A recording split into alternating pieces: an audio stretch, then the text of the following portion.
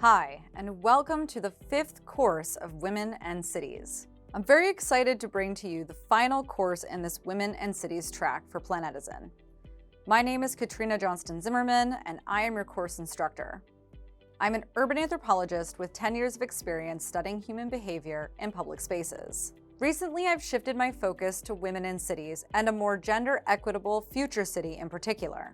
In this course, we're going to talk more about some inspirational women who have impacted our cities in different ways and ways that we can learn from those actions to bring us into the future.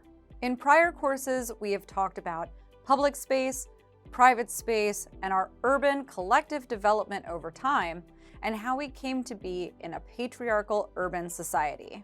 We've talked a little bit about the productization of public space and urban elements through these structures of power. We've also talked a little bit about bottom-up resurgencies as well as top-down leadership that has attempted to restructure these systems towards a more feminist lens. We've also put ourselves in the shoes of women living their everyday lives in cities around the world. Looking through the lens of gender equity, our course objectives have been the following. We have understood gender bias in urban environments. We've also understood the role that gender has played in constructing cities and systems throughout history. We have some contemporary and ancient examples from around the world.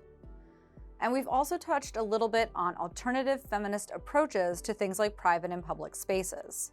As we have gained the ability to critically assess urban development from a gender equitable lens, we can now move into the future to forward the conversation and to make an impact individually on the cities that we shape every day.